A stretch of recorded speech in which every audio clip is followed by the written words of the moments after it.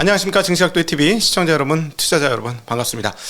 제가 아주 좋아하는 회사 선배가 많지는 않은데 그 중에 이제 손가락 꼽히는 분이자, 또 그리고 제가 왜 이분을 좋아하냐면은 계속해서 발전해요. 제가 어려서부터 같이 알고 있었는데 계속해서 끊임없이 성장하고 있는 분이자, 그리고 지금 시장에서 굉장히 강력한 인사이트를 보여주고 있으신 우리 신한투자증권의 이선엽 이사님을 오늘 투자인사이트 시간, 그리고 각도기가 살아가는 투자자 시간에 모셨습니다. 어서 오십시오. 예, 안녕하십니까. 네, 안녕하십니까.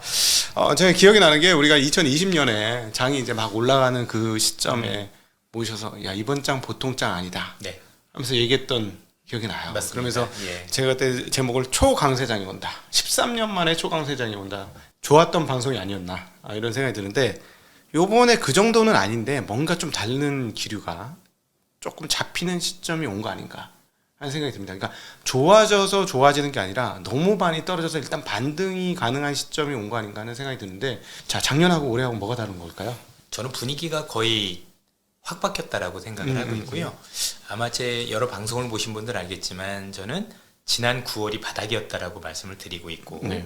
혹시 뭐 또 한 번 더 조정이 오면 그 조정이 전저점을 깨지 않는, 즉 우리가 알고 있는 경기가 침체가 오더라도 연착륙 정도라고 말씀을 드렸었고, 그게 지난 연말에 이미 어느 정도 완성이 됐다라고 보고 있습니다. 네. 따라서 9월 바닥에 대한 신뢰는 여전히 높아지고 있다라고 생각을 하고, 어쨌든 지수가 어느 정도 바닥권에 왔으면 바로 상승장으로 전환을 못한다고 하더라도 최소한 올해 시장에서 우리가 지난해와는 다르게 전면전은 쉽지 않을 수 있어도 이제 게릴라전이라도 여러 차례 승리를 거둘 수 있는 그런 시장은 전 최근에 열렸다라고 생각을 해요. 예. 기본적으로 시장에서 제일 중요한 건 저는 경제가 좋아지고 안 좋아지고도 중요합니다만 그거보다는 얼마나 큰 변화가 있느냐가 더 중요했다라고 생각을 합니다. 네. 시장은 경제가 좋아지고가 아니라 변화가 있고 없음을 사는 거거든요. 그러면 현재 시장에서 2000년대 초반부터 있었던 시장에서 2008년까지 하나 끊고 2008년에서 지난해까지 하나 끊으면 사이클이 끝났거든요. 지금은 새로운 사이클, 또 네. 새로운 어떤 경제의 변화가 일어나고 있다라는 점에서 놓고 보면 저는 앞으로 우리가 수많은 변화들을 겪을 것이고 그 변화에 최적화된 기업을 잘 찾으면 지수 여부와 상관없이 네. 저는 그래도 주식 투자를 한 보람을 느끼지 않을까라고 생각을 하고 있어요. 지금 이 말씀, 이제 그 한 시즌이 끝났다, 2000년 초반부터 지금까지 한 시즌이 끝났다라고 말씀을 하셔갖고 정말 떠오르는 생각이 바로 그건데, 2020년에 코로나와 그 다음에 강세장, 그리고 하락장, 요거하고 똑같이 대깔꼬마니가 한 번 있었어요. 98년, 99년도 IMF 이후에 강세장, 그리고 2000년 닷컴 버블과 2001년도 닷컴 붕괴. 네. 예, 그 기간하고 지금 이 기간하고 너무 비슷하게 맞는 거예요. 물론 이제 이번에는 주식에서의 닷컴 버블이 아니라 코인 버블이었죠. 코인 버블이 박살나면서 이렇게 무너졌고, 그 전에 위기로 인한 폭락이 있었고, 그다음 대반전. 예. 그러니까 IMF 때도 IMF로 인한 폭락과 대반전, 똑같은 거의 비슷한 그 모양새는 다르지만 대깔꼬마니처럼 흐름이 나왔거든요. 그러고 나서 그렇다면 생각을 해보면 2002년부터 9.11 테러 이후에 2002년부터 2007년까지 대세 상승이 있었습니다. 근데 그때하고는 좀 다르지 않을까요? 다르기도 하지만 하락도 달라요. 보통 우리가 이제 1999년하고 비교들을 많이 해주시는데 올라가는 것까진 맞는데 1999년하고 이번 장세에서 크게 다른 게 하나가 있습니다. 네. 그게 다른 게 뭐냐면 99년 닷컴 버블은 하드웨어, 흔히 얘기하는 제조업 버블이었었어요. 그러네요. 그 당시 제조업은 우리가 알고 있는 반도체라든가 컴퓨터 만드는 회사들, 네. 그 당시에 우리가 흔히 얘기하는 펜티엄 컴퓨터, 네네. 586이라고 보통 얘기하죠. 네. 이런 것들이 나오면서 많은 분들이 지금 즐기시는 인터넷이라는 이 좋은 환경, 클릭만 하면 되는 인터넷 환경이 그때 처음 나왔었어요. 그 세상이 되게 좋아질 거란 기대로 많이 오르기도 했고, 실제 컴퓨터가 많이 팔렸었거든요. 그리고 그 컴퓨터가 많이 팔린 걸 대변해서 실제 수많은 분들이 이제 통신사에 가입을 한 거예요. 네. 야, 나도 인터넷을 즐겨야지. 그래서 그 당시에 SK텔레콤, KT 이런 주식들이 정말 어마어마하게 올라갔던 그런 시장이었었습니다. 그렇죠. 중요한 건 뭐냐면 이게 하드웨어 버블이기 때문에 그런 컴퓨터와 관련된 수요가 좋아지다 보니까 컴퓨터를 만드는 기업들이 늘어났죠. 네. 그냥 우리로 얘기하면 공급이 늘어난 거예요.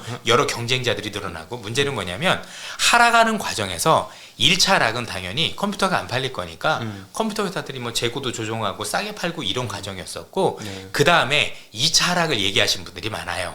그래서 그때와 비교해 보니 지금 2차 하락이 안 왔고 그러면 우리 시장도 혹시 2차 하락이 올 수 있는 거 아니냐 예, 예. 이런 얘기를 하고 네. 그 2차 하락에 대해서 우리가 알고 있는 실적이 안 좋아졌다는 말씀들을 많이 하시는데요. 네. 그 당시 99년에 있었던 2차 하락은 재고 조정이 아니라 앞서도 말씀드렸지만 수많은 공급자들이 있다고 말씀드렸죠. 네. 이 기업들이 파산하는 과정이었었어요. 대표적인 회사가 어딘지 아십니까? 그게 하이닉스라는 회사였었어요. 그 당시 이름이 현대전자였었고요. 네, 네. 현대전자는 35,000원이 넘던 주가가 150원까지 빠집니다. 네. 그것도 부족해서 22대 1 감자까지 하게 돼요. 네, 네. 그럴 정도로. 그리고 우리가 알고 있었던 수많은 컴퓨터 회사들, 세진 컴퓨터도 파산을 하고 맞네요. 또 뭐 최근에는 뭐 파산까지는 했지만 삼보 컴퓨터도 많이 쪼그라들고 네. 이름도 없는 컴퓨터 회사들이 거의 파산했던 게 2차 하락이었었어요. 쉽게 그러네요. 얘기하면 네. 엄청난 공급자들이 줄어드는 과정. 그게 2차 하락의 모습이었었거든요. 예, 예, 근데 예, 예, 예. 이번은 뭐가 다르냐면 이번 시장은 소프트웨어 버블이었었어요. 흔히 얘기하는 플랫폼 기업들. 이 기업들은 공장이 없어요. 그러네요. 사실 공장이 없다 보니까 구조조정해야 될 게 공장이 없는 것도 있지만 더 중요한 건 뭐냐면 경쟁자가 없어요. 네. 무슨 얘기냐? 99년에 닷컴 버블 때는 기본적으로 컴퓨터를 만들어 수많은 공급자들이 있었다라면 네. 플랫폼 경제는 핵심이 독점적 구조를 가지고 있어요. 구글이라는 독점적 구조, 네. 아마존이라는 독점적 구조, 대부분 독점적 구조를 가지고 있기 때문에 사실 경쟁자가 없는 독점 구조였는데 이게 조금 과잉 투자가 되고 너무 과하게 올랐다 빠진 거거든요. 예. 그럼 다른 게 두 가지가 있는 게 뭐냐면 하나는 이전처럼 글로벌 공급자들이 과다해서 자기들끼리 있어서 지금 없어질 기업이 없다라는 게 첫 번째가 다르고 네. 두 번째는 앞서 말씀드렸다시피 처음 있는 소프트웨어 버블이기 때문에 이 기업들은 우리가 보통 팹 리스라고 부르죠. 그렇죠. 엔비디아도 그렇고 애플도 그렇고 다 팹 리스, 팹이 공장이고 리스가 없다는 뜻이니까 공장이 없죠. 그러니 구조조정에 달 공장도 없는 거예요. 그럼 어떻게 하면 되느냐? 사람만 자르면 모든 게 끝나요. 그러네요. 따라서 이전에 99년에 있었던 2차 하락이 이번 시장에 올 가능성은 매우 낮아요. 사실 굉장히 다르거든요. 이런 다른 점들을 좀 깨알같이 여러분들이 알고 계시면 많이 다를 수 있겠구나 예. 라고 보셔도 되고 실제 그리고 우리가 지금 말씀을 주셨었던 2000년대 초반에 9.11 테러 이후에 실제 주가가 대세 상승으로 갔었던 기폭제는 뭐였냐면 2011월, 11월에 있었던 중국의 WTO 가입이었었어요. 그렇죠. 결국 중국이 산업화를 한다고 해서 오른 게 아니라 산업화를 해도 글로벌 시장에 들어오지 않으면 안 되거든요. 네, 네. 그 당시에 이게 들어오면서 중국이 이제는 글로벌 무역을 담당하면서 올랐었던 거거든요. 네네. 그러면서 시장의 질이 바뀌었었던 거라고 보시면 돼. 지금도 마찬가지예요. 지금 같은 그쵸, 경우는 그쵸. 비슷하게만큼 이제 미국도 내가 스스로 밸류 체인을 구성해서 제조업 중심의 국가로 바뀌겠다라고 얘기를 하고 있고 네네. 중국도 마찬가지고 사실 이런 어떤 시장의 변화들이 새로운 주도주를 만들고 있다 이렇게 보셔도 될 거라고 생각을 하고 있습니다. 더 하나 웃긴 게 뭐냐면 최근 시장 흐름 보시면 너무 웃긴 게 최근에 시장에서 미국을 제외한 대부분의 시장이 추세 전환이 됐어요. 대표적인 게 유럽이죠. 그렇죠. 유럽 뭐 FTSE 네. 신고가니까요. 맞습니다. 유럽 되게 좋습니다. 그다음에 유럽 외 지역도 생각보다 나쁘지 않아요. 예. 그러면 지금 경기도 나쁘지 않고 어쨌든 지수가 상승 추세 전환한 국가와 네. 아닌 국가의 차이점은 딱 하나예요. 플랫폼이 있느냐 없느냐예요. 없는 맞습니다. 나라들이 오히려 없는 나라는 지금 다 올라가고 있어요. 참고로 오늘 시점에서 지금 루이비통은 역사상 신고가입니다. 네. 가장 시총이 높아요. 네. 그래서 플랫폼이 없는 국가들의 지수는 상승 추세 전환했네. 그런데 여전히 플랫폼의 비중이 높은 나스닥 지수라든가 네. 아니면 그와 연관됐던 반도체 기업도 있으니까 뭐 대만이라든가 한국 같은 경우는 아직까지 상승 추세선을 못한 거죠. 그 차이를 좀 보셨으면 좋겠어요. 아, 예. 그런데 이제 그 말씀해 주신 중에서도 딱 이렇게 얘기하셨는 게 좀 떠오르는 부분인데 99년에는 이제 재고 조정이 아니고 기업 파산에 의해서 이제 99년 이후에 버블장이 이제 마무리가 됐는데 네. 이번에는 이제 소프트웨어 업체들이라서 기업 파산할 게 없다라고 말씀하셨는데 생각해 보니까 여기는 파산까지는 할 이유가 없고 너무 수익이 좋고 하니까 감원이 파산하고 비슷한 그렇습니다. 맥락이 아닌가 지금 말씀하신 대로 결국 보면 구조조정 핵심은 사람 줄이는 거고요. 어. 실제 최근에 빅테크 관련해서 지금도 네. 최근에 뭐 아마존도 몇만 명 줄인다고 하잖아요. 오늘 아침에 네네. MS가 1만 명 그러니까요. 감원한다고. 그래서 예. 이런 것들은 더 진행될 가능성이 있어서 사람만 내보내고 나면 안타깝긴 하지만 네. 제가 볼 땐 그 과정이 모조리 끝나요. 왜냐면 여전히 얘네는 독점적 구조를 가지고 있기 때문에 네네. 사실 이미 수익도 나고 있고 비싸다 뿐인 거지. 예. 그래서 전체적으로 이들 기업이 뭐 파산하거나 어떻게 될 가능성 매우 낮은 거죠. 그렇죠. 빅테크 업체들이 파산하는 건 상상하기 어려운 네. 일이고 그리고 넷플릭스 같은 경우도 보면 거의 망하는 거 아니냐 했는데 반등이 벌써 80%나 됐어요. 그러니까요. 네, 네. 그러니까 이게 그러면 구조조정이 끝나면 2001년도 있었던 닷컴 버블 붕괴가 거의 비슷한 궤적하고 좀 진짜 데칼코마니네. 그거를 비슷하게 갖다 대시면 네. 오판을 하시게 돼요. 그래요? 소프트웨어 버블과 하드웨어 버블이 너무 다르기 때문에 네. 그때하고는 전혀 다른 움직임이라 사실 이전하고 비슷한 사례였었으면 주식이 제일 쉽죠. 근데 그렇지 않기 때문에 어려운 겁니다. 네네네. 예. 자, 그러면 그때는 이제 중국의 부상에 의해서 한국 시장이 2002년부터 2007년까지 진짜 대세 상승이 나왔고, 그래서 주식 부자들이 진짜 제가 보기엔 그때가 주식 부자 제대로 나온 첫 번째 시즌이 아닌가 맞습니다. 싶어요. 예, 예. 그냥 시장에 참여만 하고 대형주 참여만 하고 있어도 중견주 참여만 하고 있어도 시장에서 부자가 탄생했던 네. 그런 시즌인데, 자, 이번에 좀 다른 거는 쪼이고 있었던 중국이 이제 리오프닝을 시작을 합니다. 그래서 어떤 이는 이걸로 굉장히 기대를 많이 하는 사람도 있고, 또 어떤 이는 아니다, 해봐야 2019년 18년 정도 수준의 그 리오프닝일 뿐이다. 뭐 100%까지 올리는 거지 130, 150%까지 올리는 건 아니다. 이렇게 얘기하시는 분도 있어요. 그럼에도 불구하고 리오프닝을 뭐 무시할 필요는 없겠죠? 예, 그렇습니다.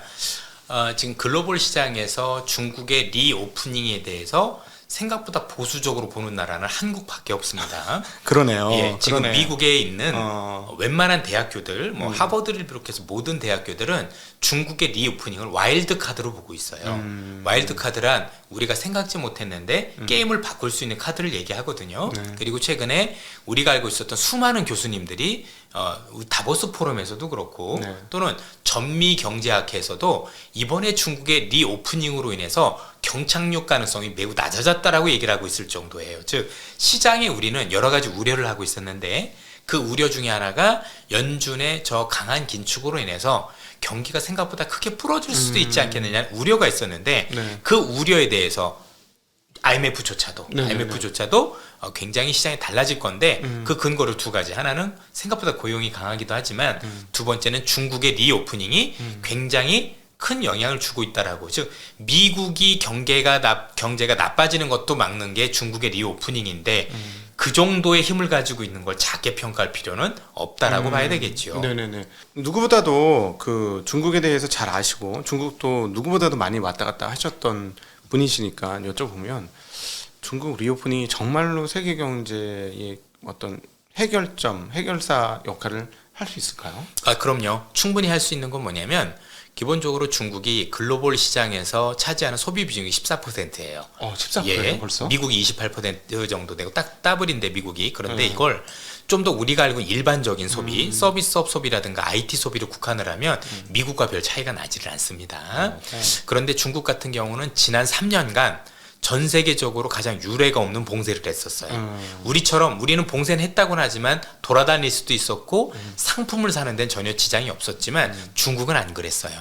아예 돌아다니지도 못했고 배달도 안 됐을 정도로. 맞아요. 이에 비해서 중국인들이 하여튼 경기가 안 좋아질 걸 대비해서 오경이라는 돈을 지금 저축으로 지금 담아놓고 있거든요. 그러면 저도 얼마 전에 유럽을 다녀왔지만 중국 사람들이 없는데도 불구하고 굉장히 유럽 경기가 특히 관광이 엄청나게 활성화되어 있었고 어디 박물관 하나 들어가면 2시간씩 기다려야 돼요. 그럴 정도로 사람이 많았고 명품 매장엔 사람이 너무 많아서 물건이 아예 없습니다. 그러니까 루이비통이 지금 신고가겠죠. LVMH 같은 경우. 네. 이런 식으로 많이 다른데 여기에 만약에 중국인들이 가세한다라고 보면 최소한 우리 경제 입장에서 어떤 효과가 있냐면 중국인들이 유럽을 많이 갈 거 아닙니까? 네네. 유럽을 많이 가게 되면 유로화가 여기서 추가 강세로 가요.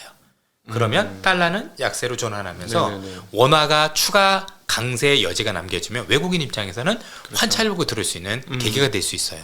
이거는 저는 작게 보시면 안 된다고 생각을 합니다. 그 말씀하신 거에 따라서 사실은 중국 시장을 한번 지금 살펴보면 오늘부로 외국인들의 중국 시장 매수가 올 들어서 16조를 넘었습니다. 오늘부로 아마 17조가 넘은 것 예, 같은데. 17조라 얘기가 나오더라고요. 네. 17조면 순매수 기준으로 2022년에 샀던 거를 이제 초과하는 수준이에요. 그러니까요. 한 달 안 지났거든요. 그러니까 굉장히 바쁘게 사고, 그러니까 그 지난 작년도에 이제 전인대에서 정말로 나쁜 그림이었던 후진타오 거의 쫓겨나는 듯한 한 영상을 전 세계에 송출하면서 정말 그야말로 패대기가 나왔지 않습니까? 홍콩 관련해서 주식을 패대기를 치면서 저점을 만들고 난 다음에 갑자기 외국인들이 미친 듯이 달려들면서 이렇게까지 많이 샀고, 홍콩 항생테크는 60%가 넘는 상승을 보여줬어요. 그러면 여기서 이제 하나 고민해야 될 게, 우리가 사실은 작년에 미국하고 중국하고 엄청 싸우고 막 이러면서 이제 새로운 블락화가 시작되었다 막 이러면서 이제는 과거의 하나의 세계화, 글로벌라이제이션 이건 이제 끝났고 신냉전의 시대가 시작되었고 막 그런 생각을 엄청나게 많이 했거든요.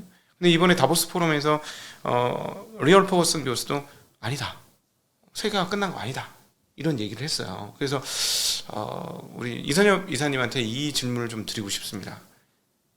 많은 사람들이 이제 블록화 됐다는 얘기를 하는데, 우리 이선엽 이사님 개인적인 의견은 진짜 세계화가 끝나고 블록화, 미국 중심의 하나의 동맹체, 그다음 중국 중심의 동맹체 이런 식으로 갈 건지, 아니면 일부는 그렇게 돼도 그냥 세계화가 유지될 건지 개인적인 의견을 여쭤보고 사실 그 퍼거슨 교수가 얘기한 거에 저는 일맥상통한다라고 생각하는 게, 사실 말은 탈세계화였지만 냉정하게 보면 탈중국화였죠. 그렇죠. 왜냐하면 네, 그렇죠. 탈중국화가 맞는 게, 미국 같은 경우가 밸류체인을 구성을 할 때 흔히 얘기하는 첨단 제조, 즉 반도체라든가 2차 전지라든가 전기차는 미국에서 했지만 네. 사실 나머지 산업들은 여전히 동남아에 남겨놨기 때문에 100% 세계화가 없어졌습니다라고 얘기하는 건 어려웠고, 그러네요. 중국을 배제시키는 그림이 핵심이었다라고 보여지는데, 그러네요. 중국이 그걸 알고 지금 술수를 쓰기 시작을 한 거죠. 그 술수가 한 두 가지가 됩니다. 어떤 술수일까요? 첫 번째는 뭐냐면, 어쨌든 간에 거기서 배제되는 그림이면 중국이 기술적으로는 불리하죠. 반도체 기술이 없다 보니까. 그렇죠. 그래서 이런 어떤 기술적인 부분과 관련해서 중국이 여기서 소외되지 않으려면 크게 필요한 게 동맹이라는 거하고 기술이 필요해요. 이걸 얻기 위해서 중국이 글로벌에 대해서 유화책을 쓰기 시작한 게 첫 번째입니다. 네. 그래서 최근에 중국이 갑자기 WTO와 관련된 이런 여러 가지 조항들을 들이밀면서 내가 갑자기 잘 지키기 시작을 한 거예요, 이 친구들이. 원래 지킨 적이 없었어요. 저도 웃겨가지고. 이게 되게 웃기죠. 네. 항상 미국이 건전한 세계 무역을 잘하고 이래야 할 땐 되는데 안 하더니. 근데 예. 입장이 바뀌었어. 왜 너희는 폐쇄 무역하냐, 우리 자유 무역하자라고 중국이 나서는 되게 골 때리는 네. 상황이에요. 그러니까 지금? 중국이 네. 고립되지 않기 위한 노력을 하기 시작했다는 게 되게 중요해요. 그래서 그러네요. 미국은 그렇게 몰고 가고 싶은데 중국은 내가 고립되기 싫으니 그럼 뭔가 보여줘야 될 거 아니에요. 그래서 글로벌 시장에 유화책을 보내기 시작하다 보니 만약에 이게 진행된다고 하더라도 첫 번째는 그 기간이나 속도가 생각보다 더딜 거다라는 게 첫 번째고, 두 번째는 미국도 중국도 경제가 지금 살떨릴 정도로 안 좋아요. 특히 중국 경제. 네. 그러면 중국 입장에선 이 살떨리는 상황 속에서 미국과 대립각을 세워서 더 만약에 여기서 분쟁을 할 경우는 사실 중국의 경제가 어떻게 될지 모른다라는 부분이 있어요. 당연히 현 상황에서 아직 탈세계화가 되지도 않았고 탈중국화가 되지 않은 상황에서 중국이 무너지면 미국도 무사한 그림이 아닙니다. 따라서 현재는 제가 볼 때는 최근에 다보스 포럼에서 손을 잡은 거는, 야, 우리 그래도 서로 파국은 한번 피해보자. 서로 너무 힘드니까 일단 잠깐 네. 휴전. 이런 그림이라고 생각을 하고 있습니다. 네. 그러면 우리 두 가지를 볼 수 있죠. 어쨌든 미국이나 중국 경제, 특히 중국 경제가 어려우니 현재는 서로 나쁜 길을 가지 말자는 측면에서 잠시 휴전했다는 게 우리한테 긍정적이고, 두 번째는 어떤 식으로든 중국이 이 미중 간의 갈등에서 다른 동맹을 끼워안고 또 그 상황에서 소외되지 않도록 하고 있는 이 노력 자체는 어쨌든 글로벌 경제는 나쁜 건 아니다. 그렇죠. 이걸 봤는지 최근에 반도체 동맹과 관련해서 일본과 네덜란드, ASML인 네덜란드가 미국과 같은 뜻을 비추지 않았어요. 미국이 야, 여기 하지 마 했는데 네덜란드는 무슨 소리야, 나는 그렇게 못하겠어라고 지금 공식화하고 있는 상황이라서 이런 균열이 좀 생기고 있거든요. 엊그제도 네. 네덜란드하고 만났죠. 예. 자꾸 만난다는 거는 해결이 뭔가 안 되고 있으니까 만나는 그렇습니다. 거겠죠. 어쨌든 네. 뭔가 숨통이 트여진다. 그래서 만약에 이런 어려운 경제 상황에서 이런 두 국가가 양대 G2가 굉장히 극단적으로 상황을 갔으면 우리 입장에서도 좋을 건 없었다라고 보여지는데, 나름대로 어쩐 휴전의 모습, 나중엔 결국은 그렇게 하긴 할 것 같은데 시간이 꽤 걸릴 것 같고, 그 시기도 지금 당장이나 얘기하기 어려울 것 같다라면 어쨌든 글로벌 경제 입장에서는 그래도 나름대로 이 상황이 플러스 요인이지 마이너스 요인이 아니다라는 점에서 네. 저는 주목할 필요가 있겠습니다. 자, 우리 중국을 오랫동안 보셨고 정말로 저희 이제 같은 소속사에 있기 때문에 저희 소속사 기준으로 중국을 가장 많이 다니신 애널리스트보다 훨씬 많이 다니신 분이고 가장 많이 아시는 분이 우리 저도 애널리스트였었습니다. 아, 맞- 죄송합니다. 미안, 그때 애널리스트였었어요. 미안. 아, 네. 그 죄송합니다. 네, 우리 가장 중국을 많이 다니셨던 애널리스트셨고, 네, 한 우리 이선엽 이사님께 한번 여쭤보고 싶은데 중국이 경기가 이렇게까지 부진한 적 처음인 것 같거든요. 어느 정도 수준이라고 봐야 돼요, 지금? 거의 지금 임계치까지 와 있을 정도고 이게 사실 부동산 때문이라는 건 누구나 다 알고 있는데 네. 사실 부동산 시장이라는 게 잡기가 굉장히 어려운 게 글로벌 모든 국가들이 항상 경제가 완전히 틀이 바뀌고 어려워질 때 공통점들이 부동산 시장으로 무너질 때예요. 대표적인 케이스가 1929년에 있었던 미국의 대공황도 사실 부동산 폭락발 위기 중에 하나였었고 네. 또 우리가 알고 있는 일본의 잃어버린 몇십 년도 사실 부동산이 촉발을 했었습니다. 네. 그리고 또 2008년 리만도 그러잖아요. 맞아요. 리만 네. 브로스 사태도 결국 부동산이 촉발을 했고 사실 중국이 공산당이 지금 집권을 하고 있지만 그 어떤 국가보다도 중국의 부동산 버블도 심각했거든요. 네. 그러면 이 버블이 터졌을 경우 일반적인 국가들은 정권이 바뀌는 거잖아요. 그렇죠. 근데 중국 같은 경우는 일당 독재이기 때문에 그게 불가능하고 결국 이걸 연착륙 시키려고 노력은 많이 했지만 사실 쉽지 않은 거죠. 생각보다. 네. 그리고 본인들이 연착륙할 수 있는 제일 조건은 내가 정말 대수술하고 있을 때 누가 뺨을 때리면 안 되잖아요. 네네. 막 수술하고 있는 사람 뺨 때리면 죽잖아요. 그렇죠. 그러려면 미국하고 싸워서는 안 되는 거죠. 그러다 보니까 지금 중국이 정말 연착륙을 하고 현재는 위기를 잘 태기하기 위해서 결국은 글로벌 시장과 척을 지면 안 되고 네. 사이좋게 지내거나 아니면 도움을 받아야 되는 입장이 되다 보니까 네. 이런 식으로 현재 지금 유화책을 보내고 있다라고 생각을 하고요. 뭐 그런 상황에서 지금 최근에 이것뿐만이 아니라 얼마 전까지도 보셨던 빅테크 규제도 풀었잖아요. 그렇죠. 이건 대단히 큰 거예요. 우리가 알고 물론 빅테크는 이미 길들였기 때문에 그런 것도 있겠지만 그렇죠. 어쨌든 풀었던 건 그만큼 다급한 거예요. 그래서 저는 중국의 다급함을 받고 저 정도 다급하면 뭐든지 할 것 같다. 그래서 그 뭐든지 할 것 같다의 모든 거는 시장에 다 좋은 거예요. 기존에 우리가 생각했던 중국의 나쁜 길과는 반대로 가는 거니까 네. 그래서 저는 이 어려워진 경기가 중국은 결국은 극복하지 않겠느냐라고 생각을 하고 있고 그 과정 속에서 극복하는 과정 속에서 글로벌 시장에 파고가 있으면 안 되니 이걸 잠잠하게 하게 할 만한 여러 가지 정책들을 발표할 가능성이 높고 그래서 중국도 최근에 뭐 단순히 경기를 살리겠다는 의지만 가지고 올라간 게 아니라 빅테크 규제를 풀면서 더 올라간 게 컸어요. 그렇죠. 사실 그동안에는 우리가 알고 있었던 중국에 대해서 투자하고 싶어도 아니 뭐 정부가 계속 저렇게 관련 기업들을 투자 규제를 하면 누가 투자를 하겠어요? 네네. 잘 가다가 규제 맞고 떨어지고 규제 맞고 떨어질 텐데 근데 확실히 의지를 보여줬거든요. 또 하나는 현 상황에서 올라간다고 해서 추가 규제를 하면 아무도 이제 중국을 안 믿겠죠. 그렇죠. 그럼 돈 다 빠지거든요. 네네네. 그래서 누가 보더라도 향후 몇 년 동안은 중국이라는 국가가 시장도 더 열고 이게 더 개방을 뜻하는 거거든요. 네네. 더 열고 시장과 친화적인 모습을 보이는 게 중국이 연착륙하는 길이다라는 걸 본인들도 알고 있고 그 연착륙의 길이 우리 입장에서는 시장 입장에서 놓고 보면 굉장히 긍정적일 수 있기 때문에 중국 네. 경제가 안 좋긴 하지만 전 잘 극복해 나가고 있다 이렇게 보고 있습니다. 네. 앞서 그 탈중국 세계화가 깨지는 게 아니고 탈중국화를 시도하고 있다라고 표현을 하셨는데요. 전 여기 사실 솔직히 굉장히 의문이거든요. 최근에 제조업 경쟁력이 정말 중국의 제조업 경쟁력이 어마무시하게 올라갔고 자동차 수출을 유럽에 하고 있는 나라가 됐고 이제 비행기마저 수출하겠다고 하는데 탈중국화가 말이 쉽지 그게 가능할까요? 지금 상황에서? 중요한 건 해야 돼요. 가능한 게 아니라 안 하면 미국이 순위가 바뀌기 때문에 할 수밖에 없다라고 보여져요. 다만 그 이제 왜냐하면 미국이라는 나라가 그동안 세계화라는 게 말이 세계화한 거지 그냥 우리 편으로 심플하게 얘기하면 본사는 미국에 있는데 공장은 세계에 나가 있는 거고 네. 그 나가 있는 세계에서 전부 중국이 가지고 있는 거거든요. 그러면 미중 간의 갈등이 터졌을 때 군사적 갈등이 있을 수도 있고 여러 가지 갈등이 있었을 때 사실 미국이 이기기 힘들어요. 왜냐면 이 국가를 배척을 하면 여국가에서 내가 물건 안 주면 그만이죠.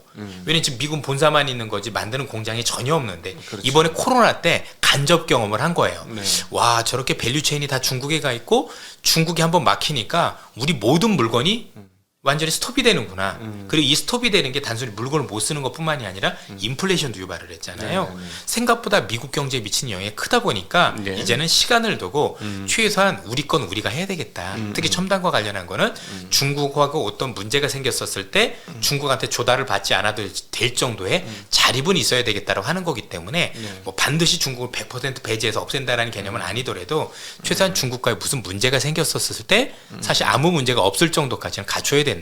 이번에 그게 또 본 게 러시아잖아요. 네. 러시아하고 유럽하고 보니까 여기서는 또 에너지 주권이 문제였었죠. 네. 뭐 독일하고 여러 국가들이 러시아의 가스에 너무 의존한 나머지 끌려다녔었던 거잖아요.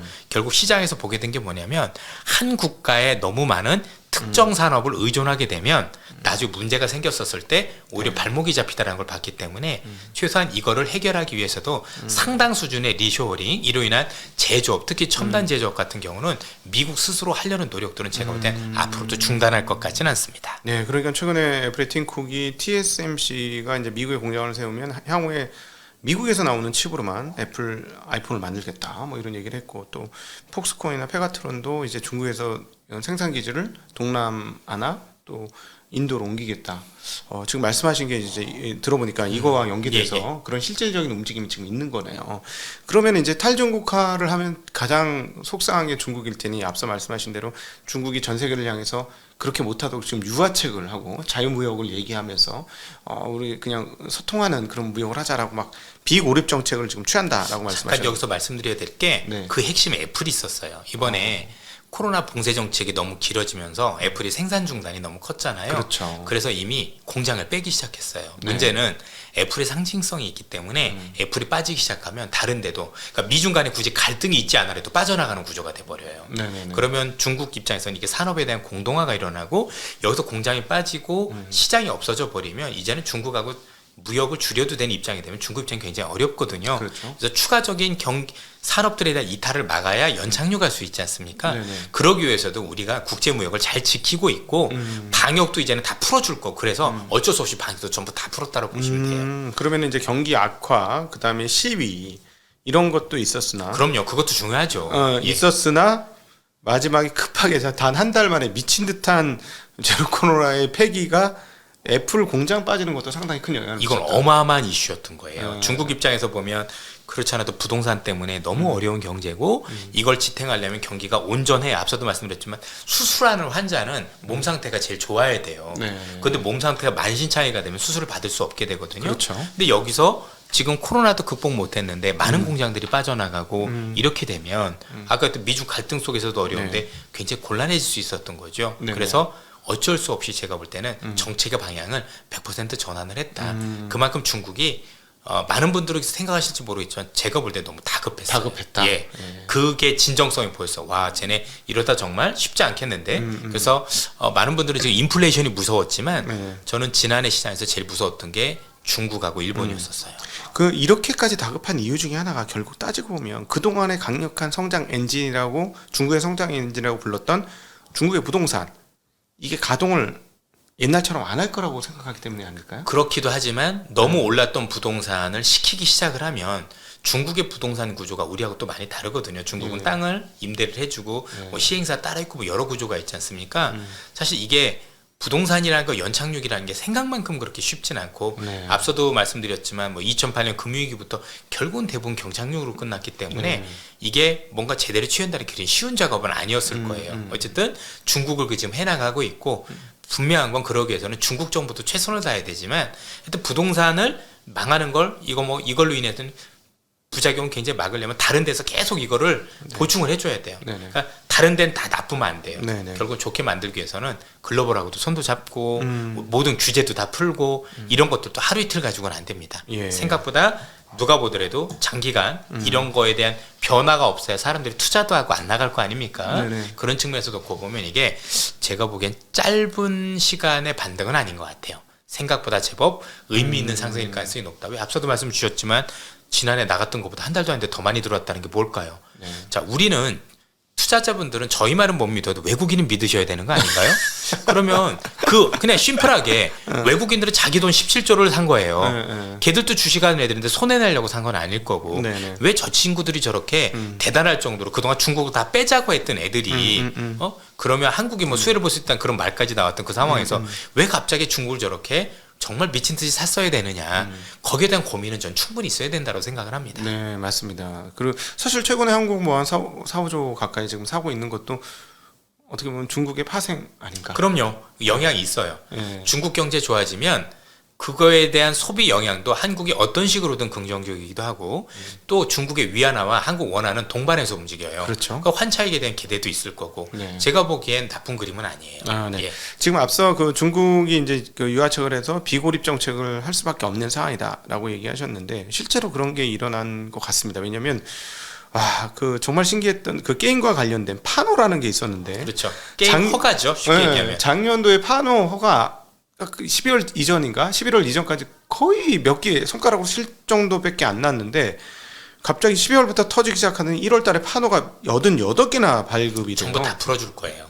그렇죠. 그래서 엔터도 나쁘지 않아요. 그러니까 엔터도 다 풀어주게 돼 있어요. 그러니까 네. 오히려 이거하고 연관해서 한국 시장의 효과가 무엇일까 한번 생각을 해봐야 될 시점일 것 같거든요. 그럼요, 충분히. 근데 이제 이런 것도 있긴 있습니다. 파노를 풀어줄 정도로 이제 중국의 게임 경쟁력이 강해진 거예요. 그건 그렇습니다. 네, 솔직히 뭐 이제는 뭐 풀어준다고 해서 그 한국의 게임 때문에 중국의 게임들이 영향을 받지 않을 거라는 것도 있어서 풀어준 것도 있지만 네. 어찌됐든 간에 경쟁력이 있더라도 또 풀었다라는 것 자체는 되게 중요한 거고 이게 이거 하나로 끝나지 않고 다른 분야에서도 계속 이런 효과들이 나타날 수 있다라고 보는 거죠. 네, 이 최근에 이제 그 예. 마블 시리즈, 예. 네, 마블 시리즈가 중국에 상영이 된다는 건 사실은 적국이라고 생각했던 미국의 그 콘텐츠를 열어준다는 건 말씀하셨던 그 중국의 유화책의 한 방편이 아닌가. 그러면 결국은 좋으나 싫으나 자기네가 정말로 글로벌리 뭐 편협한 무역을 하는 게 아니고 공정 무역을 하고 있다고 하면 사실 우리 OTT나 우리나라 것도 다 풀어줘야 되는 거 아니에요? 아니 그럼요. 결국 순차적으로 된다라고 보셔야 되는 게 네. 굳이 우리 걸 보실 거보다 미국 것까지 풀어준다는 거 의미가 있는 거지 않습니까? 어쨌든 중국은 앞서도 말씀드렸지만 현재 이런 유화책이 단기간에 끝나면 효과가 없습니다. 이 부동산에 대한 피해 또는 이런 안 좋은 경제를 치유하기 위해서는 생각보다 긴 시간이 많이 필요하다는 점에서 이 기간 동안 중국은 몸 상태가 되게 좋아야 되거든요. 네네. 스스로 자해를 할 필요는 없을 거고 그러면 외국 기업들 그리고 글로벌 투자자들이 중국을 바라보는 관점이 좋아야 되는데 이 중간중간에 다시 시진핑 주석이 나와서 규제를 하고 그러면 아무도 이제 안 믿겠죠. 네. 이제 우리가 알고 있는 흔히 늑대 소년이 되면 안 돼요. 정말 진정성 있게 풀어줬고 네. 이게 지속 가능하구나라는 게 되어야 중국이 연착륙할 수 있다라는 거죠. 네. 그걸 외국인들이 알아요. 근데 아마 우리나라에서는 아직까지 이렇게 말씀하시는 분은 안 계신 것 같아요. 네. 그래서 그냥 뭐 최근에 중국 관련해 리오프닝 관련주 오르니까 그냥 뭐 테마겠거니 이렇게 말씀을 하시고 계시지만 제가 볼 때는 그 이상의 경제적 효과가 날 수 있는 부분 전방위적으로 네. 거기에 대해서도 저는 충분히 네. 고민이 있어야 된다고 생각을 합니다. 네. 여러분은 지금 우리 신한투자증권의 이선엽 이사님과 함께하는 투자인사이트 시간 함께하고 계십니다. 자, 이제 계속해서 우리 신한의 이선엽, 신한의 최고의 그 스피커시죠. 이선엽 이사님과 함께 투자인사이트 시간 계속해서 이어가 보도록 하겠습니다. 최고의 외모 아닌가요? 사실은 네. 뭐 안구정화가 된다 이런 분도 계시던데 네. 아닌가요? 제가 지금 눈이 맑아지는 것 같습니다. 옆에 있으니까 안구정화가 정말 되고 있어요. 댓글이 네. 욕 달릴 것 같아요. 지금 이제 그 올해 와서 조금 많이 바뀌고 있는 것들 세계적인 큰 흐름을 한 번 더 점검을 해봤으면 좋겠는데 미국 금리가 이제 거의 끝에 와 있는 것 같다. 그리고 최근에 연준의 총재들 발언들 보면 이제 거의 뭐 누구는 뭐 5.5까지 올려야 된다고 하지만 분위기상으로는 거기까지 못 갈 것 같은데 뭐 이렇게 얘기를 하고 그다음 채권 시장은 거의 뭐 5%는커녕 5% 너희들 올리고 나면 곧장 내려야 돼. 뭐 이런 분위기로 채권 시장이 가격 매김을 하고 있어요. 미국 금리 상황을 과연 여기서 지금 연준이 이제 소위 말하는 블러핑하는 것처럼 말 세게 하는데 과연 올릴 수 있을까요? 뭐 힘들 것 같은데 어떻게 보세요? 우선 시장의 생각과 연준의 생각이 많이 차이가 있죠. 그렇죠. 네. 이렇게 차이가 있는 가장 큰 원인은 서로 목적이 다르기 때문입니다. 맞습니다. 시장은 목적이 돈 벌기 위한 목적이에요. 맞아요. 그러니까 시장은 저희도 자주 틀리지만 틀리면 안 되겠죠. 어쨌든 내가 이렇게 베팅을 했고 이럴 거에다 베팅했는데 그게 맞아 떨어져야 돈이 벌려요. 그렇죠. 그래서 목숨을 걸고 하는 애들이에요. 그렇죠. 목숨을 걸었죠. 네. 반면 연준은 목적이 인플레이션을 잡는 게 목적이에요. 네, 그렇죠. 그런데 중요한 건 인플레이션을 잡기 위해서 특히 현재는 인플레이션을 잘 잡히고 있어요. 네네. 문제는 뭐냐면 역시 고용 시장이 너무 튼튼하기 때문에 그렇죠. 만약에 여기서 잡히고 있는 인플레이션 상황 속에서 연준이 만약에 유화책으로 가게 되면 시장의 얘기를 듣고 당신들 얘기가 맞아요. 금리도 더 많이 못 올릴 거고 우리가 빠르게 내릴 수도 있어. 이런 얘기를 하면 내려가던 물가가 다시 올라와요. 네. 연준 특히 제롬 파월 의장은 지금 머릿속에서 뭐만 들어있냐면 예전에 70년대 80년대에 있었던 실수를 되풀이하지 말아야지라는 생각을 가지고 있어요. 네. 아서번스가 있었던. 네네. 그래서 이 되풀이하지 않는 과정이 그냥 우리로 놓고 보면 결국 물가가 재발하는 걸 막는 데 초점이 가 있고 물가가 재발한 초점을 막기 위한 가장 좋은 조치는 일단 강하게 보이는 거예요. 실제 자기네들이 생각하는 정도로 고용이 조금 악화가 되고 그래서 임금이 추가적으로 생각보다 물가를 재발시킬 가능성이 없다라는 확신이 들기 전까지 네. 사실 실제 속으로는 살 떨릴 수도 있어요. 쟤들 얘기가 맞는데 실제 연말에 내릴 수도 있다라고 하더라도 실제 그 속내를 우리한테 먼저 비치진 않는다라는 거죠. 네네. 따라서 제가 보기엔 연준이 이렇게 강하게 얘기하는 거에 대해서 고지고대로 믿을 필요는 없다. 아, 지금부터는? 예, 그렇죠. 네. 그냥 그럼 연준이 틀렸다가 아니라 연준은 자기 책무를 다할 뿐이다. 물가가 다시 튀어오르는 걸 막기 위해서. 왜냐하면 네. 여기서 하면은 그렇지 않아도 고용도 어려운 지금 잡기 쉽지 않은데 막 네. 주가라도 올라 보세요. 네, 그럼 더 사실은 어려워지죠, 그렇죠? 뭐 이미 채권도 네. 올랐는데 주가까지 올라버리면은 이거 자동으로 쉽지 재버리는 않죠. 거죠. 예, 예. 네, 네. 그러다 보니까 나름대로 자기 책무를 다 할 뿐이고 다만 연준은 지표에 따라서 움직일 뿐이다. 그래서 지표가 자기네들 생각했던 수준으로 잘 잡히면 당연히 뭐 시장이 생각한 대로 내릴 거고 시장은 그럴 거라 보고 있는 거고 네. 연준은 설령 그렇다 하더라도 실제 자기들이 지표를 확인하기 전까지는 말을 바꿀 수 없는 한계가 있다 정도로 그렇죠. 생각해 주시면 좋을 것 같아요. 그러니까 사실 약간 끙끙 앓고 있는 거죠. 그럼요. 지금부터는. 지금 죽어나요. 네. 사실 제가 이거를 이렇게 말씀드릴 수 있는 요지도 결국 이렇습니다. 똑같은 경기 지표를 봤는데 올 초에 있었던 전미 경제학계 또는 우리가 알고 있었던 자보스 포럼에서는 세계적인 노벨 경제학상을 받은 이 분들조차도 의견이 엇갈리더라는 얘기죠. 이렇게 의견이 엇갈리는데 연준의 19분이 의견이 똑같았다? 웃기지 않습니까? 네, 말이 안 되는 거죠. 예, 사실. 거기도 상식적이었다라면 네. 의견이 오갔어야 돼요. 그렇죠. 그렇죠? 절반은 경기 영착륙이야, 절반은 경착륙이야 그러는데 안 그랬다라는 얘기죠. 우리 집 오르는 생각이 똑같아. 이거는 자기들의 의지를 보여준 거예요. 어떤 의지? 물가 잡힐 때까지는 안 바꿀래. 그런데 바뀌면 그 물가가 잡히면 바뀔 수도 있어. 그냥 네. 그 얘기지. 그걸 너무 서로 다르니까 누가 이겼느냐 틀렸느냐 그렇게 생각하실 필요는 없는 것 같아요. 네네네. 최근에 썸머스도 생각 말이- 바꿨어요. 말이 바뀌었죠. 네, 네. 썸머스가 이제 큰일 났다 했는데 연착륙이 될 수도 그러니까요. 있죠. 예. 썸머스도 그 얘기는 공식적으로 뷰를 바꾼 거예요, 사실. 예. 그분이 그럴 정도이면 말 바꾼 거예요. 왜냐면 본인의 영향력을 알 텐데 그 정도면 본인도 연착륙을 시도한 거예요. 나 옛날에 안 된다고 얘기했는데 봤지 나 조금 바꾼 거 그때 얘기했잖아. 이렇게 하는 거예요 지금. 예. 네네네. 시장이 오르는 거를 지금 결코 좋아할 수가 없는 그럼요. 예. 애매한 상황인데 여기에 우리 한국은행의 이창용 총재가 작년부터 진짜 거의 뭐 시장 쪽집게 도사로 지금 등장을 하셔가지고 사실 많은 분들이 아실지 모르겠지만 저는 2008년 금융위기 때 이제 이창용 총재라는 분을 뵙지는 못했지만 그때 우리나라 그 당시에 이제 금감원 부위원장이 하여튼 뭐 그쪽에 계셨었거든요. 예, 어디 맞아요. 예. 저는 금감원 관계자 임원이었습니다. 너무 인상적이었어요. 어떤 식이었냐면 우리나라에 저런 분이 있구나. 왜냐하면 이제 그 위기와 관련된 대책을 내놨었을 때 그 대책에 생각보다 정말 많은 분들이 무릎을 쳐주셔서 와 정말 대단하다. 격이 다르다. 그래서 뭐 사실 지금 있는 한국은행 총재 전에 있던 총재분들도 너무나도 훌륭하셨지만 이분은 사실 좀 급이 다른 분이라는 데 대해서 이견은 없으십니다. 그 채권 시장이 올해 들어와서 최고가를 쳤어요. 미국의 채권 가격이 최고가를 쳤는데 바로 전날 한국에서 그러니까 어제 기자회견했던 내용들이 쫙 퍼졌는데 이창용 총재께서 장기금리가 단기금리보다 낮아지고 단기금리가 기준금리보다 낮아지는 건 뭐 있을 수 있는 일이다. 그 얘기하면서 미국 국채가 그냥 미친 듯이 올라버렸고 금리가 떨어져 버렸거든요. 그래서 이거 세계 사람들이 이창용 총재의 발언을 듣고 있나? 이런 생각까지 저는 들더라고요. 어떻게 보면 이번에 이제 세계적 국제기구에 대해서 많이 경험을 하셨기 때문에 네. 사실 이분 정도면 제가 볼 때는 제롬 파월 의장 하고 비교했을 때는 저는 개인적으로 더 낫다라고 생각하고 있고요. 제롬 파월 의장은 경제학 박사학위가 없으세요. 네네, 기본적으로. 그렇죠. 변호사죠, 변호사. 예, 변호사시고. 네. 예. 어쨌든 거기에 견뎌도 저는 뭐 한국인이라 폄하할 필요는 없어 보이고 국뽕도 아니고요. 정말 전 대단한 분이라고 생각을 해요. 그래서 예. 저도 개인적으로 이창용 총재가 총재 되고 나서부터 경제학 원론도 그 책으로 배웠습니다. 그렇습니까? 예. 이준구, 이창용. 네, 그래서 공적. 그 금융통화위원회 할 때마다 직원들한테 다 링크를 뿌려요. 반드시 들으셔야 합니다. 그래서 네. 사실 금융위기 있었을 때 한국은에 아무도 관심 없다가 이창용 총재 들어오시고 나서 관심들이 많아졌잖아요. 네네네. 그것도 전 대단한 발전이라고 생각을 합니다. 네, 예. 맞습니다. 자, 이제 한국에 어떻게 투자를 해야 할 것인가 하는 문제를 좀 여쭙고 싶습니다. 자, 이제 상황은 사실 우리 이선엽 이사님하고 저하고 요즘에 싱크로율이 거의 붙었어요. 네. 얘기를 듣다가 저건 내 생각인데 지난번에 연합인포메이스에 나와서 막 말씀하시는데 저건 내 생각인데 하고 제가 계속 맞아 계속 이러면서 들었던 기억이 나거든요.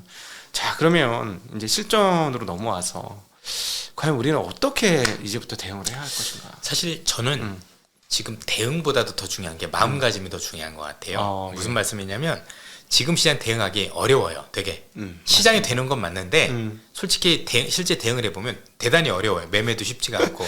은행주가 20% 오를 줄 누가 알았겠습니까? 맞습니다. 중요한 건 뭐냐면 지금 상황에서는 경기가 좋을 거다, 너무 나쁠 거다 한쪽으로 편향되시면 안 될 것 같아요.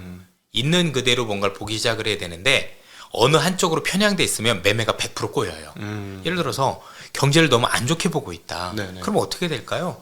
안 좋게 보고 있으면 지금 주가가 올라와도 지켜보겠죠. 인버스 치죠, 인버스. 예, 인버스 사거나 네. 아니면 이 정도 올랐으면 오히려 팔아야지 사는 게 아니야. 이럴 수도 있지 않습니까? 그렇죠. 차라리 현금 들고 계시면 괜찮거든요. 네네네. 근데 그게 아니라 주식을 매매하려고 하면 안 좋게 되다 보니까 재다가 결국 자기 꼭지에 잡아요. 그래서 매매가 굉장히 꼬일 가능성이 높기 때문에 네. 그런 매매를 지양하실 필요가 있어요. 네네. 또 여전히 아직 불안감에 다 가신 것도 아니죠. 그래서 너무 낙관 편향으로 또 되게 되면 의외로 또 잘 못 파는 이런 상황이 올 수도 있는 거죠. 그래서 지금은 경제가 좋을 거다 나쁠 거다에 대한 부분에 대해서 저는 일단 투자자분 그동안 워낙 안 좋게 보셨었으니까. 왜냐면 저도 아는 게 제가 조금 나가서 그때도 9월이 바닥일 겁니다라는 연합인포맥스에서 그때 9월에 했었는데 그거 보니까 여기 한 몇백 개가 달려있더라고요. 그래서 그거 알겠는데 그죠? 이해가 되는 거예요. 왜냐면 투자자분들 입장에서는 그렇게 어렵게 그럴 건데 앞으로 경기 침체도 깊게 온다는데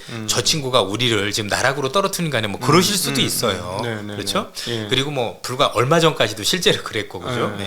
그러나 아마 제 방송 보시니까 저는 굴하지 않고 제 생각을 말씀을 드렸는데 제 얘기가 맞다고 말씀드리는 게 아니고요. 어쨌든 지금 상황에서 한 번 정도는 더 곱씹어 볼 필요가 있다. 왜냐면 그래야 생각을 차분하게 하실 수 있어요. 네네네. 그 생각을 차분하게 한 다음에 저는 매매에 동참해 주셨으면 좋겠다라는 말씀을 드리고 싶고, 두 번째, 이런 상황에서 결국 시장과 관련해서 제일 중요한 앞서 말씀드렸던 변화가 되게 중요해요. 그래 다 좋은데 지금은 어떤 변화가 있었길래 경기가 연착륙이 온다고 하는 건가. 그리고 또 각국이 어쨌든 그동안 경기가 너무 안 좋았는데 경기를 새롭게 살릴 만한 성장의 엔진으로 무엇을 삼고 있지. 여기 이 변화에 대해서 조금 더 이제는 고민해보고, 지수도 중요하고 경기 지표도 중요하지만 여기다 고민해보고 거기에 최적화된 기업이 무엇이 있을까라는 찾아보는 이런 연습들을 많이 하시면 저는 그래도 차분하게 대응이 될 것 같아요. 네. 저희가 20년 그 하반기 막 들어와서 이제 13년에 초강세장이 온다. 그래서 진짜 강세장이 온다. 느낌 피를 받으면서 그때 저희가 정말 이제 진짜 큰 장 온다 이렇게 대담을 했던 기억이 나는데 그때하고는 또 다르죠. 지금. 다르긴 하지만 지금도 그 거대 선상에 앞에 있긴 해요. 그러나 저는 앞서서 너무 설레발처럼 어마어마한 장이 옵니다, 이런 건 지금 말씀드리고 싶진 않아요. 그건 아마도 나중에 그런 것들이 또 잡히면 말씀드릴 기회가 있을 거고, 한 가지 분명한 건 그 앞전에 엄청난 폭락이 있었으면 그 다음엔 산이 높으면 골도 높은 거고 골이 깊으면 산도 높은 겁니다. 그건 역사적으로도 증명이 된 거니까. 다만 그 높을 때 어떤 것들이 산을 올릴 거냐 네. 여기에 대한 고민을 저는 충분히 할 필요가 있고 그래서 예. 저는 항상 지수가 얼마 갈 겁니다라는 것보다도 그래서 우리는 어떤 걸 사야 시장보다 더 많이 돈을 벌 수 있을까요?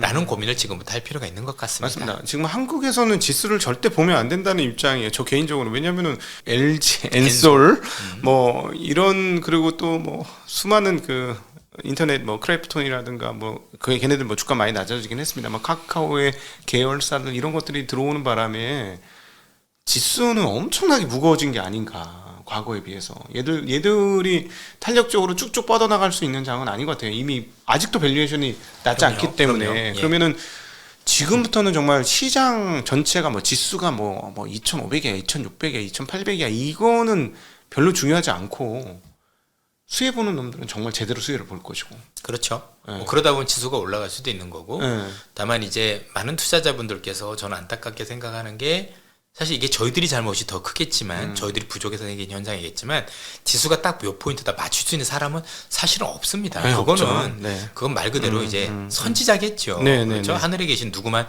가능하신 거고 일개 증권사 직원들이 나와서 맞출 수 있는 사람은 그건 우연입니다. 정말. 네, 우연. 예, 그쵸. 100% 우연이에요. 우연해요, 우연. 저도 이제 네. 애널리스트 생활 수십 년 해봤지만 네. 뭐 지금 강세론을 얘기한 분들이 평생 강세론이 있을 것도 아니고 네. 약세론 하는 분들이 다 맞을 수도 없는 거고 다만 그분들의 충분한 논리를 보고 시장에 또 많은 변수가 있는 거 아니겠습니까? 네, 네, 네. 그런 변수에 따라서 변화도 해보고 그래서 저희 제일 중요한 건 일단 방향성 정도 하고 그리고 그 안에서 있는 그 변화에 최적화된 기업들이 뭔가에 대한 찾는 것들을 보는 게 중요하고요. 네. 한 가지 더 첨언을 드리면 너무 지금 시장이 그동안 아무래도 경제적 위기가 있다 보니까 너무 네. 경제 지표에 특히 미국에 너무 올인돼 있으세요. 맞아요. 이거 피해야 되는 게 뭐냐면 네. 우리가 알고 있는 경기 지표는 특히 GDP를 많이 보시죠.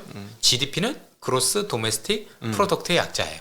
국내 총생산. 네. 쉽게 얘기해서 이 GDP라는 건 우리 한국에서 일하는 모든 사람들이 돈 번 거를 합해서 온 게 경제 지표예요. 네. 그런데 주식이라는 건 기업 이익의 합이거든요. 그렇죠. 근데 이 기업들, 특히 삼성전자가 예를 들어 중국에 있는 공장, 미국에 있는 공장, 여기서 생산한다는 건 GDP 안 잡혀요. 그 나라에서 생산된 게 아니니까. 네. 무슨 말씀 드리고 싶냐면 성장률이 떨어지는데 주가가 오르는 사례도 많아졌어요. 아. 이게 세계화가 되면서 생긴 현상이에요. 옛날에는 예. 미국에 있는 기업이 미국에서 100% 생산해서 그러면 그게 GDP화하고 주가가 동행을 했지만 지금은 반드시 그렇진 않아요. 네네. 그래서 경제학은 중요하지만 경기지표는 중요하지만 이게 모조리 주식의 방향과 일치할 거다라는 생각은 사실은 제가 볼 땐 좀 더 유연하게 하실 필요가 있다고 보여집니다. 아, 네, 네. 자, 요즘에 정말 2020년 이후로 이 유튜브라는 채널을 통해서 정말로 일반인들이 과거 증권회사 직원이 얻기 어려운 수준의 지적인 뭐라 그럴까 홍수? 그런 어떤 지식의 그 엄청난 그 물꼬가 터져가지고 그걸 맛보고 계세요. 진짜 정보가 넘치고 있는 시대에 살고 계시는데, 근데 이제 오히려 정보가 너무 많아진 것 같아요. 그렇죠? 혼돈 속에 빠져 있다는 느낌을 굉장히 많이 듣습니다. 근데 얘기하시는 거 보면 되게 많이 똑똑하고 많이 아시는데 자기 생각은 무엇인가에 대한 고민을 하게 만들어요. 이 얘기를 듣다 보면. 그래서 이런 시기에 과연 우리가 유튜브나 이런 것들을 어떻게 이용해야 할까? 생각이 좀 사실 있으실 것 같아요. 저도 많은 유튜브를 보고 우리 각도기 TV도 애청을 하고 또 시장에서 안 좋게 보는 분들도 다 제 스승이세요. 네. 그래서 나오는 한 분 한 분마다 다 소중하시고 저한테는 도움이 됩니다만 주식도 공부하고 똑같아요. 자, 제가 고등학교 때 공부를 한다라고 지금 치면 뭐 시장에서 뭐 우리가 알고 있는 되게 좋은 인터넷 강의들이 많잖아요. 네. 뭐 메가스타디도 있고 뭐 디지털 대성도 있고 너무너무 훌륭한 강의들입니다. 네. 그런데 만약에 어떤 학생이 있는데 그 강의만 10번, 100번 듣는다고 정말 우리가 원하는 대학을 갈 수 있을까요? 그러진 않았을 거예요. 네네. 보통 우리가 내가 원하는 대학, 좋은 대학을 갔다라는 분들을 보면 자기 학습이 많았었을 겁니다. 그렇겠네요. 그러니까 그런 훌륭한 강의도 되게 중요한데 그 훌륭한 강의를 내 거로 만들고 소화를 해서 내 생각을 갖게 되는 게 굉장히 중요해요. 네. 거기까지 안 가면 사실은 남의 생각 가지고 투자를 하고 계신 거잖아요. 네, 그렇죠. 그러면 의외로 투자해서 성공하기가 쉽지 않은 것 같습니다. 네. 그래서 지금 많이 제가 보더라도 워낙 투자자분들의 수준도 너무 높아지셨고 네. 아는 것도 많아지셨고 좋기는 한데 그분들 중에선 제가 볼 땐 저보다도 더 훌륭하게 자기 생각을 가진 분들도 뵀지만 네. 그렇지 않은 분들이 아직까지 너무 많으신 것 같아서 너무나도 많은 유튜브를 보시면서 그것만 보고 끝나지 마시고 그걸 반드시 소화해서 내 거로 만드는 과정도 꼭 있으셔야 되겠다. 네. 그를 통해서 내 중심이 있는 것까지 가야 그걸 토대로 투자를 해야 성공 가능성이 높다. 이렇게 네. 말씀드리고 싶어요. 유튜브나 이런 그 일종의 그 매스 미디어는 그 마이크로 미디어가 이제 매스 미디어화된 그런 상황들인데 제가 보니까 이렇게 분석을 해보니까 사람들이 저희도 어렸을 때 투자 공부를 할 때 거시가 참 재밌잖아요. 시장이 어떻게 되고 예. 미래가 어떻게 될까 예. 그게 참 재밌는데 사실 실전 투자에 보면 거시가 영향을 미치는 거는 방향성 그러니까 이게 하락 방향이냐 상승 방향이 방향성을 잡는 데 굉장히 유용하지만 그 다음부터는 거시가 중요한 게 아니고 미시적으로 또는 바텀업적으로 어떤 게 정말 좋을까를 찾아내야 되잖아요. 그럼요. 네. 아마 주변에서 많은 투자에 성공하신 분들, 뭐 워렌 버핏부터 시작을 해서 전 세계에서 흔히 얘기하는 구루라고 돈을 많이 번 분들 보시면 매크로 알 것 같죠? 안 그래요. 잘 모르십니다. 왜냐하면 그분들이 경제학을 전공하신 분도 있겠지만 경제에 그렇게 올인하고 나면 종목 공부할 시간이 없게 됩니다. 그건 말도 안 되는 얘기예요. 그렇죠? 그러네요. 그분들은 그냥 우리가 알겠던 위기 때 향후 시장에서 주도할 만한 기업들을 싸게 사셨던 거예요. 사실 그래야 부자가 되는 거지 경제를 많이 한다고 해서 좋긴 하죠. 유리한 건 맞습니다만 다는 아니라는 거죠. 저는 그래서 반드시 여러분들께서 지금 하시는 경제 공부는 반드시 하셔야 되는 게 맞습니다. 네네. 그러나 그 비중이 종목 공부보다 높으면 안 돼요. 반드시. 네. 그래서 다만 지금은 이제 이해는 되는 게 엄청난 하락장이었고 네. 그 하락의 매크로 변수가 저도 애널리스트가 특히 제가 투자 전략 팀장이었는데 네. 투자 전략 팀장이면서도 경제 공부를 이렇게 많이 해봤던 사례가 처음이었던 것 같아요. 맞아요. 많이 하게 그만큼 만들었어. 시장이 채찍을 쳤어 우리한테. 그만큼 예. 여러분들 지금까지 하셨던 게 틀린 건 아니에요. 잘 하셨고 네. 잘 맞아요. 근데 앞으로도 그러시면 안 될 것 같고 하나 더 걱정인 건 뭐냐면 지난해 있었던 이 시장이 생각보다 일반적인 시장이 아니에요. 맞습니다. 그 하락은 기존에 제가 봤던 모든 경기 지표의 상관관계를 다 뒤집었어요. 따라서 그 시장에 대한 경험이 중요합니다만 이 경험이 일반화돼서 향후에 시작 하락 올 때 이 경험을 그대로 살려서 하시게 되면 또 다른 오판할 가능성도 있어요. 네네네. 그러면 향후에 시장이 또 오르고 내리고를 반복을 할 때 내릴 때 지난해 있었던 시장과 이번에 뭐가 다른가 반드시 그 정도는 비교를 해보시고 판단을 내리셔도 네. 저는 나쁘지 않을 거라 생각을 네. 합니다. 사실은 뭐 따지고 보면 2020년의 상승장도 우리가 뭐 일반적이지 않은 지금, 시장. 완전히 특이했던 시장이잖아요. 그러니까 근데 거기에 이게 취하고 나니 또 반대로 전혀 다른 그럼요. 정말 저도 여러분들 애널리스트 출신으로서 제일 많이 하는 게 뭐냐면 경기 지표의 상관관계를 따지는 거고 또 이전에 있었던 사례가 이러니 앞으로도 이럴 거란 사례를 많이 들었는데 제가 시장 몇 번 틀린 거 알고 계시죠? 그게 다 그것 때문에 틀렸어요. 특히 많은 분들이 지금 연준과 맞서지 말라고 하는데 네. 저는 그랬다가 죽은 거예요. 제가 지지난해 맞아, 시장 맞아. 틀렸었을 때 맞아. 연준이 인플레가 일시적이라는 판단을 저는 믿고 움직였거든요. 저도 마찬가지. 그랬다 망했어요, 사실은. 저도 그러면- 연준을 추종하는 게 제일 가장 좋은 선택지다라고 했다.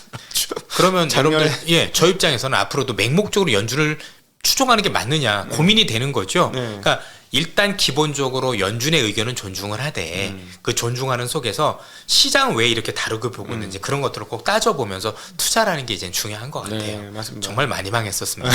네. 그래서 그때 좀 많이 죄송했고. 그래도 이번에 지금 아주 그 연준과 관련해서 굉장히 재미난 얘기를 아까 해주신 건데 연준도 지금 깝깝한 상태고 그러나 연준은 그렇게까지 얘기할 수밖에 없는 상황에 입장이라는 거죠. 처해져 예, 있고 예. 그게 본인의 생각들은 분명히 아니에요. 예, 그러니까 그거를 꼭 지금 현장에서는 이해하실 필요가 있다. 그래서 저도 굉장히 그 채권 시장이 너무 과한 거 아니야라고 그동안 계속 생각을 하다가 이창용 총재 발언 딱 듣고 나서 생각을 바꿨어요. 그럼요. 채권 시장도 과하긴 했으나 지금 채권 시장이 더 맞을 수도 있다. 이런 생각이 정말 많이 들었습니다. 자, 오늘 이선엽 이사님과 함께 너무 재미난 시간 그리고 저는 개인적으로 이런 분들의 유튜브는 꼭 찾아서 많이 들으셔야 한다라고 제 생각이 드는데 저희들끼리는 사실 찐과 짭을 알아요. 그렇죠. 말은 못해. 예. 말은 못하는데 찐과 짭을 알아요. 근데 이제 찐 중에서도 진짜 찐은 발전하는 찐이거든요. 근데 그런 측면에서 제가 우리 이선엽 저 개인적으로 회사 선배인데 그냥 자랑스럽습니다. 이런 선배가 있다는 게 굉장히 자랑스럽고 특별히 과찬 감사합니다. 이렇게 계속해서 끊임없이 성장하는 거 정말로 날카로워졌고 이제 그 분석하는 툴뿐만 아니라 그다음 분석하는 데이터의 분석도 굉장히 많이 성장을 했다라는 옆에서 보면서 나도 열심히 해야 되겠다 이런 뭐라 그럴까 자극을 굉장히 많이 받게 되는데요. 어떻게 공부하세요 최근? 저는 이제 일단 출근을 일찍을 합니다. 네. 일찍을 해서 제가 한 6시 정도면 회사에 도착을 하고요. 네. 한 10시 정도에 집에 가요. 근데 항상 뭐 아침 10시, 저녁 10시? 저녁 10시. 근데 공부를 단순히 많이 하는 게 아니고요. 네. 항상 좀 여유롭게 보려고 해요. 네. 항상 한 발자국 물러서서 네. 이건 왜 그렇지라면 꼭 물음을 꼭 가져요. 네. 이건 왜 그럴까? 앞서도 말씀드렸지만 왜 연준하고 시장이 다르지? 많은 투자자분들 연준의 시장이 다르게 봅니다라고 해서 끝나는 경우가 많잖아요. 그래서 네. 연준이 맞았느냐 틀렸느냐 그렇게 할 게 아니라 왼준을 왜 저렇게 볼 수밖에 없는가? 시장은 또 왜 이렇게 볼 수 있는가? 네. 이에 대한 고민을 많이 해야 될 것 같아요. 그래서 왜지? 네. 왜지? 네. 그러니까 서머스라는 분이 한 분 얘기할 때도 저는 꼭 곱씹어봐요. 네. 왜 분들이 좋아하나? 또 하나는 많은 유튜버 분들이 다 스승이라고 말씀드렸잖아요. 네. 그분들이 데이터를 제시하면 다는 다 따져봐요. 네. 제가 그런 해부를 엄청 잘하거든요. 네, 네. 해부해봐서 저분들이 저런 얘기를 하셨는데 실제 그게 왜 이렇게 될까? 그리고 실제 그게 이전 회사라고 뭐게 다르고 지금은 또 어떤 게 그래 아까 99년도 말씀을 드릴 수 있었던 네, 거예요. 네, 네. 실제 보면 다르거든요. 네, 근데 네. 그걸 그냥 99년도 이랬으니까 비슷하지 않겠느냐 이렇게만 보시면 안 된다는 거죠. 그렇죠. 일반적으로는 그렇게 생각을 하시되 정말 그럴까는 따져보는 게 필요한 것 같아요. 그래서 네, 네. 왜라는 질문을 꾸준히 뒤져보고 그 질문에 대해서 답을 찾기 위해서는 반드시 데이터를 찾아보고 고민해보고 저는 네. 이런 것들이 필요한 것 같습니다. 네, 감사합니다. 우리 마지막으로 저희 증시각도의 TV 시청자분들께 해주시고 싶은 얘기가 있으시다면? 네. 우리 증시각도계 우리 센터장님은 제가 굉장히 진짜 좋아하는 진짜 존경하는 후배예요. 후배지만 이렇게 뭐 단순히 발전하는 게 아니라 이렇게 노려가는 모습을 보면서 이런 분들이 프로라고라는 생각을 많이 가지고 있습니다. 그래서 뭐 제 것도 많이 봐주시면 좋겠지만 우리 증시각도계 너무 사랑해 주셨으면 좋겠고 저도 애청자로서 같이 여러분들하고 같이 응원할 거고요. 앞서도 말씀드렸다시피 우리 얘기만 듣지 마시고 그거를 여러분들 거로 소화해서 앞서도 말씀드린 자기주도 학습이 꼭 필요하다. 이걸 하셔서 저희와 함께 좋은 결과를 이루셨으면 좋겠습니다. 네, 감사합니다. 오늘 이 시간이 투자 인사이트 시간인데 정말 이름이 딱 맞는 것 같아요. 인사이트가 넘쳤던 시간이었고 오늘 처음 들었던 거는 정말 99년, 2000년과 지금을 비교하는 그 과정에서 이 하드웨어 버블이었고 소프트웨어 버블이었다라는 걸 구분해 주신 분은 아마 이선엽 이사님이 처음이 아닐까. 그런 분을 얘기하신 분은 없었긴 없었어요. 없었어요. 예. 저 지금 처음 들어서 맞다. 그렇구나. 이게 인사이트가 아니고 무엇인가. 이거는 정말 생각의 힘에서 나온 그런 결과 유추해낸 내용들이 아닌가 하는 생각이 들면서 너무 감사한 내용이었습니다. 이거 참 돈으로 따지면 참 헤아릴 수 없는 깊은 가치가 있는데 제가 저녁 사드릴게요. 감사합니다. 네. 예. 자, 오늘 우리 신한의 이선엽 이사님과 함께한 투자 인사이트 시간, 긴 시간 함께해 주셔서 여러분 진심으로 감사하고 이렇게 아낌없이 자신의 인사이트를 나누어 주신 이선엽 이사님께도 감사의 인사를 드리겠습니다. 인사드리겠습니다. 고맙습니다. 감사합니다.